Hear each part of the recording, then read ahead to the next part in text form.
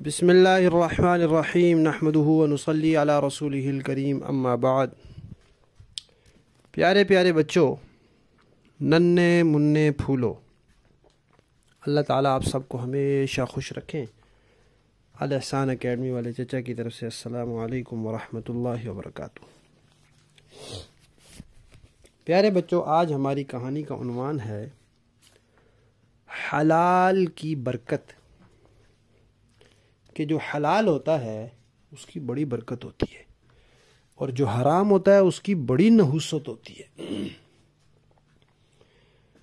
ایک صاحب تھے، وہ جنگل سے گھاس کاٹ کے لاتے تھے اور بازار میں آ کے وہ بیچ دیتے تھے۔ اس زمانے میں اتنی مہنگائی نہیں تھی، تو روپیہ جو ہے وہ بڑا شمار ہوتا تھا، تو پیسے چلتے تھے۔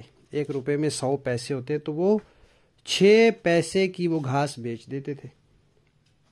اتنی ہی گھاس لاتے تھے اور 6 پیسے کی بیچ دیتے تھے، نہ کم لاتے تھے نہ زیادہ۔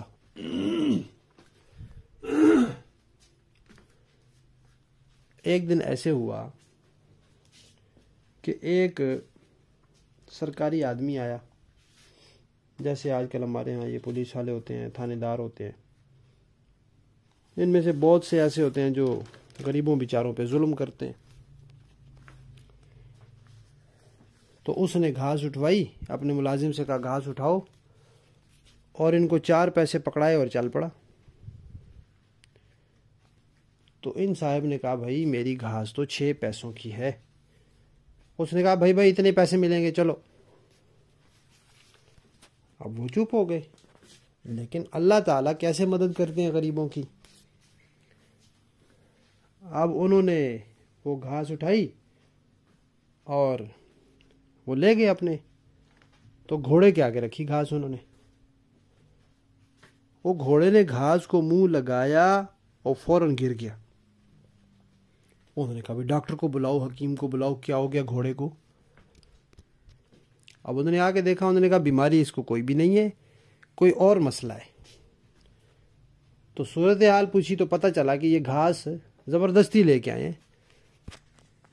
تو پھر وہ جیتا، وہ جو سرکاری افسر تھا یا جو بھی تھا، وہ دوڑا دوڑا آیا اس غریب کے پاس اور اس کو کہا کہ آپ کی بڑی مہربانی، یہ 10 پیسے آپ قبول کر لیں اور مجھے معاف کر دیں۔ تو انہوں نے 10 پیسے نہیں 10 روپے دیے اس نے۔ تو انہوں نے وہ 10 روپے اٹھا کے پھینک دیے اور کہا کہ یہ مجھے نہیں چاہیے، مجھے صرف 6 پیسے چاہیے۔ اس نے 6 پیسے دے دیے۔ بس انہوں نے 6 پیسے دیے، اللہ تعالیٰ نے اس کے گھوڑے کو ٹھیک کر دیا۔ ٹھیک تو اللہ تعالیٰ نے کرنا ہوتا ہے۔ اب وہ جو صاحب تھے وہ 6 پیسوں کا کیا کرتے تھے؟ تو کہتے ہیں کہ 4 پیسے وہ اپنے روزانہ کا کھانے پر خرچ ہو جاتے تھے، 2 وقت جو گھر میں کھانا وغیرہ ہوتا تھا اس کے خرچ ہو جاتے تھے۔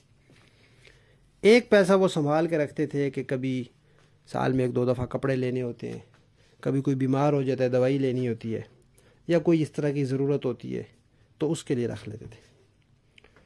اور باقی جو 1 پیسہ ہے اس میں سے آدھا بچا کے رکھتے تھے کہ ان کی ایک بیٹی تھی، ان کا یہ بڑی ہوگی تو اس کی شادی کرنی ہے، اس کے لیے کچھ سامان ضرورت ہوگا۔